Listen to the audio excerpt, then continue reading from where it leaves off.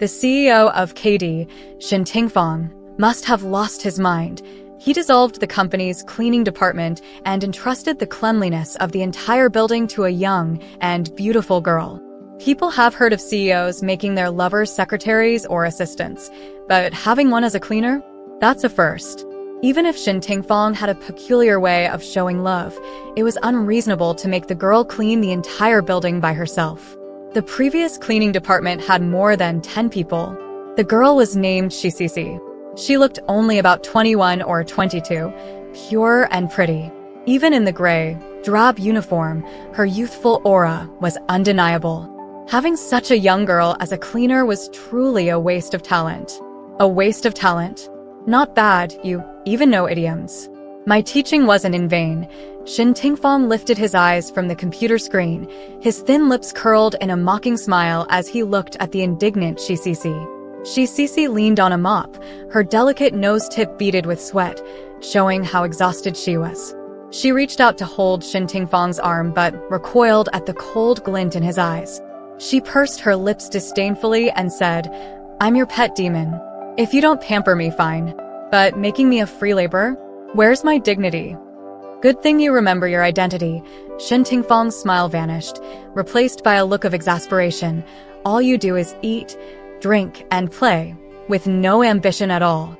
You always find excuses to avoid training. You're still at the lowest level of dishwashing liquid with no usefulness whatsoever. Last month's pet demon gathering was utterly embarrassing.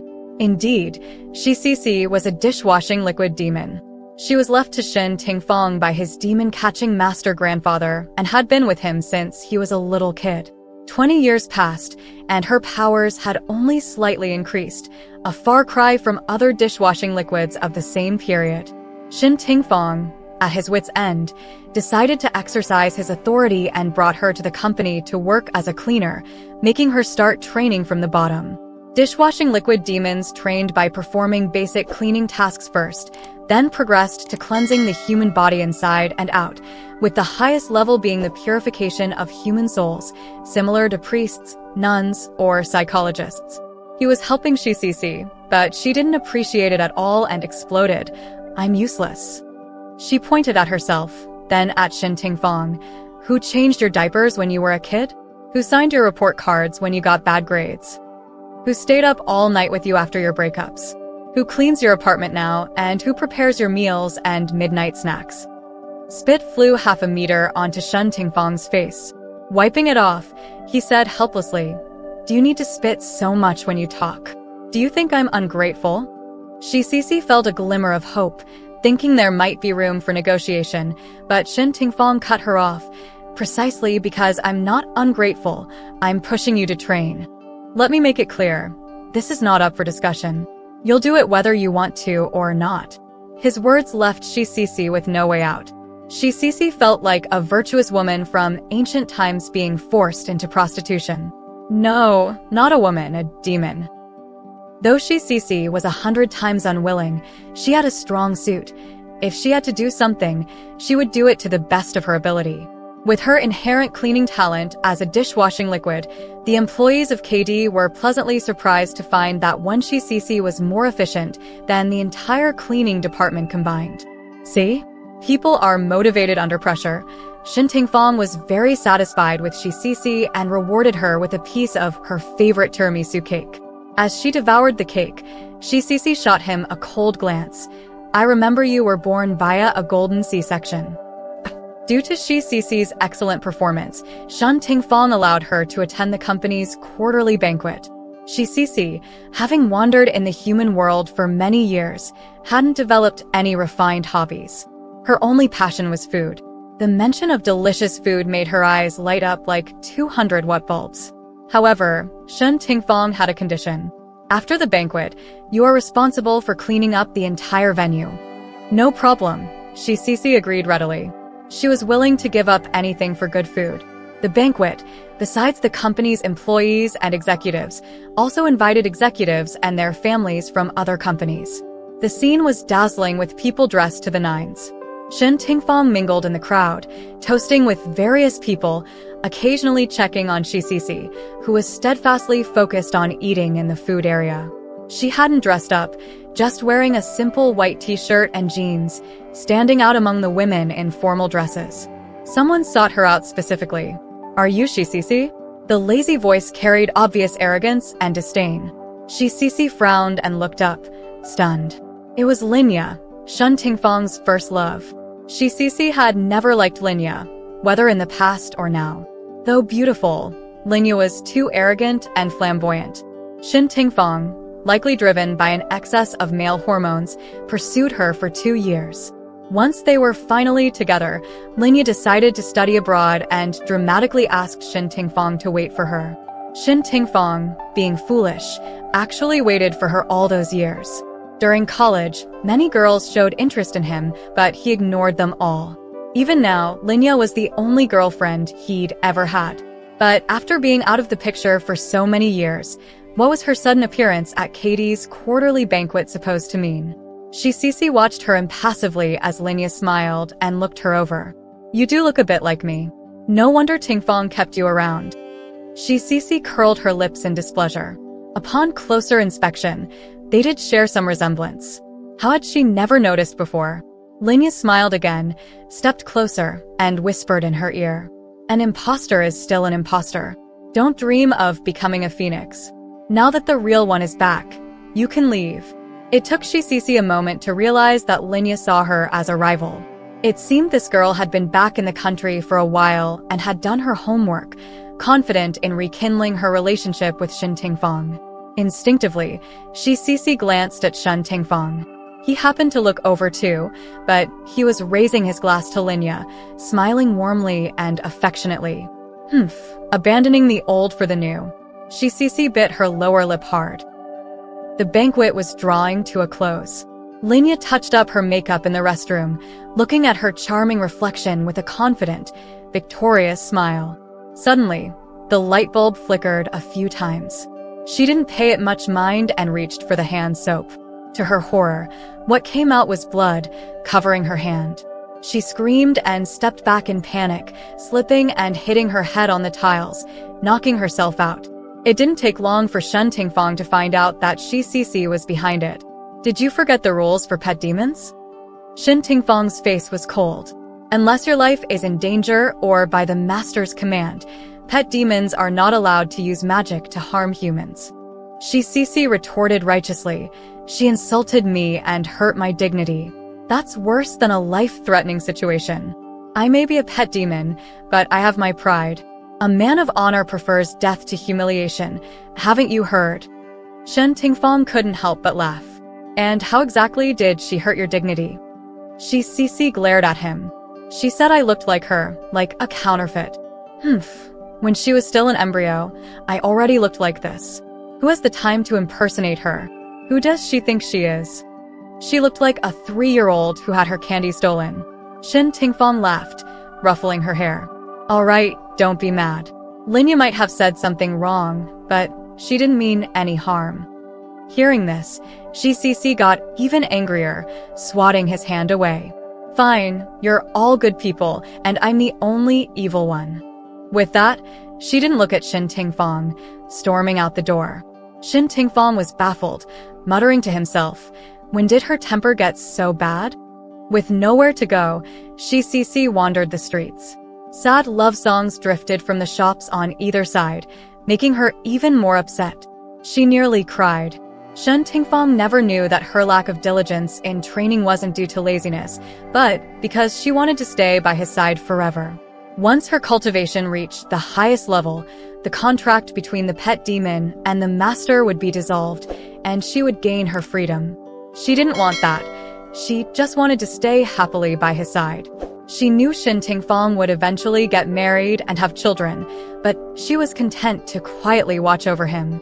But now that it was happening, she found she couldn't accept it, especially since it was Linya. She remembered when Linya first went abroad, 18-year-old Shen Tingfang had insomnia every night, making her chat and play games with him all night. She didn't understand human love back then and thought Shen Tingfang was being overly dramatic. He talked a lot about his memories with Linya. She listened half-heartedly, occasionally giving him some cliched responses from TV dramas. He didn't mind. He didn't really need advice, just someone to talk to. He said, "Cece, I'll never love anyone else in this life." The massive floor-to-ceiling glass reflected Cece's sorrowful face, looking so blurry and unclear, much like Linya. On a sudden impulse, she kicked it hard. With a crisp sound, the glass shattered and fell with a crash. Shen Tingfang explained to the store owner, "I'm sorry, my sister has a bit of a problem. When she sees shiny things, her feet get out of control." The store owner let it go, considering they paid 20,000 yuan in compensation and didn't hold a grudge against the crazy Cece. Surprisingly, Shen Tingfang didn't take the opportunity to lecture her. Instead, Cece felt guilty and tried hard to please him. If he was hungry, she served hot dishes before he even spoke. If he was thirsty, fragrant Longjing tea appeared before he could reach for the cup. If he frowned slightly, Cece would rush over to massage his temples. If he hadn't refused multiple times, Cece would have stood by even while he bathed. At the company, she was exceptionally obedient. After finishing her cleaning duties, she would curl up on the sofa in Shen Tingfang's office, napping without causing any trouble. Having lived with her for over 20 years, Shen Tingfang wasn't used to her sudden change in behavior. After enduring it for a few days, he finally asked, "Cece, are you on your period?" Cece rolled her eyes dramatically. Shen Tingfang, instead of being offended, laughed. "Now that's the Cece I know." Cece gave him a perfunctory smile. Shen Tingfang added, "I have a dinner meeting tonight, don't wait up for me." This wasn't unusual. As a CEO, his social engagements were numerous, with dinners and parties almost every night.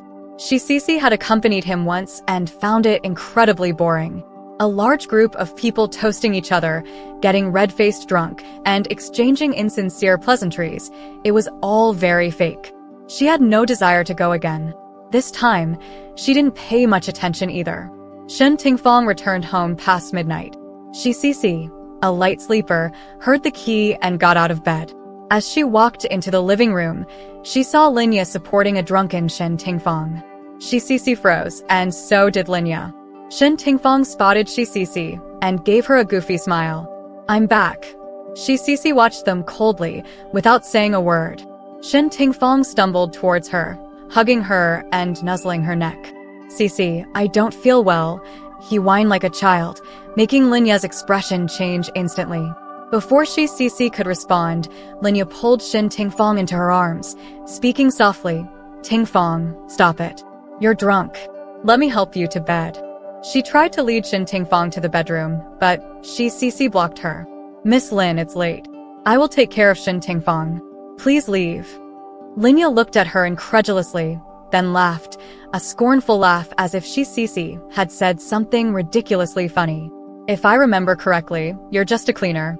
What right do you have to compete with me? Do you think Shen Tingfang letting you stay in his house means he likes you? Let me tell you, if you didn't have a face similar to mine, he wouldn't even look at you twice." Cece trembled with anger, silently reciting the pet demon rules to resist the urge to teach Linya a lesson. Linya, thinking she had frightened Cece, smiled triumphantly and led Shen Tingfang into the bedroom like a victor. Shen Tingfang didn't wake up until after 9 the next morning, stumbling out of the bedroom with a splitting headache. Cece, however, wasn't her usual self, making hangover soup. Instead, she sat on the sofa with a dark expression, radiating an aura of displeasure. "Cece," he called to her softly.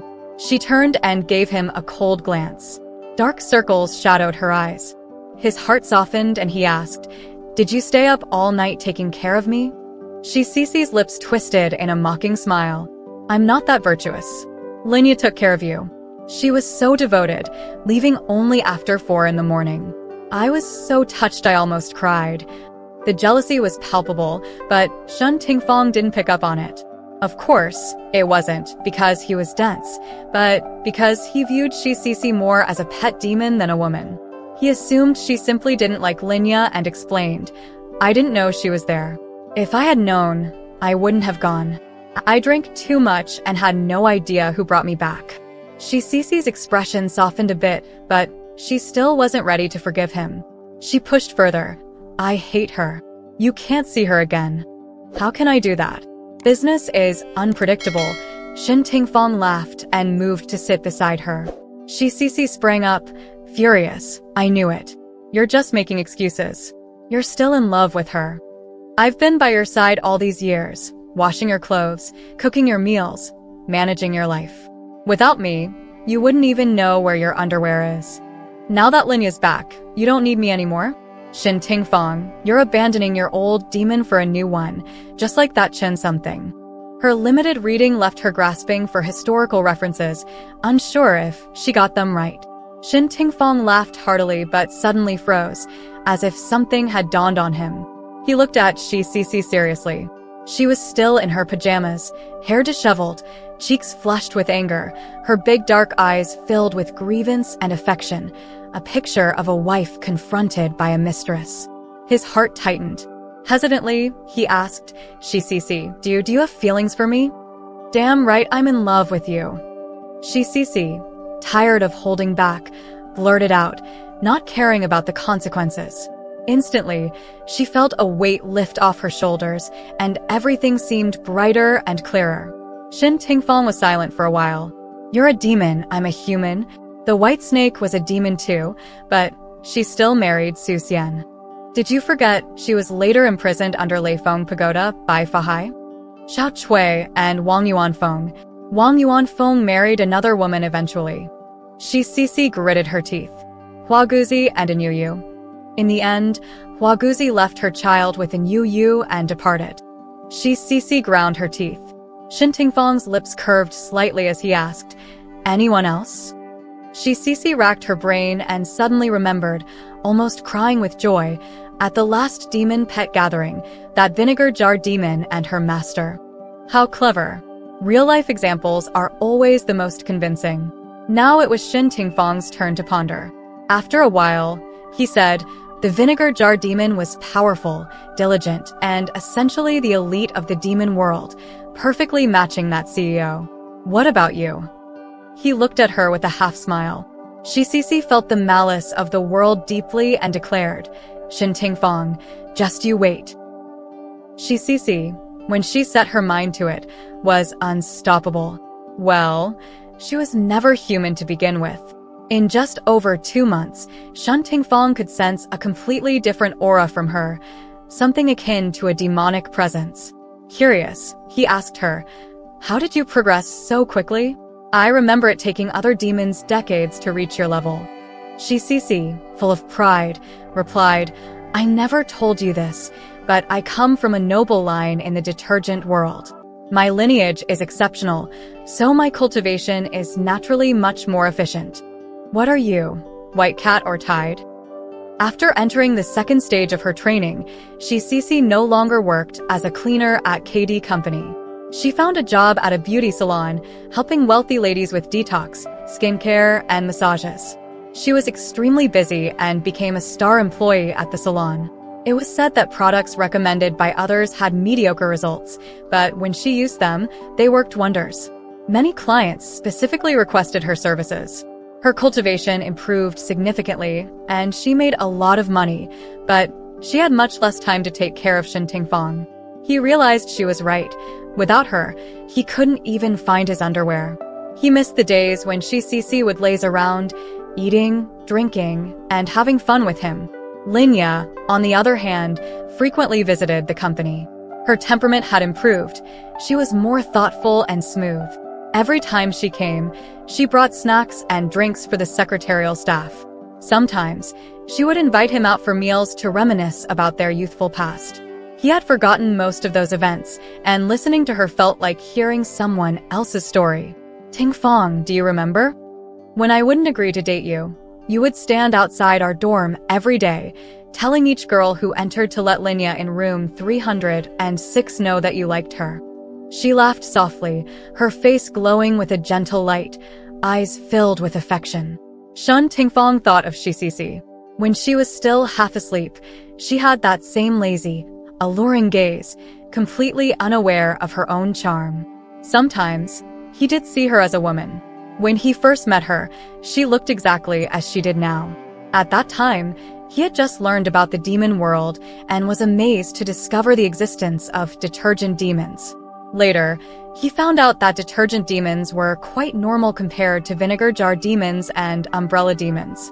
She was his nanny, teacher, friend, and family. As for a lover, he hadn't seriously considered it.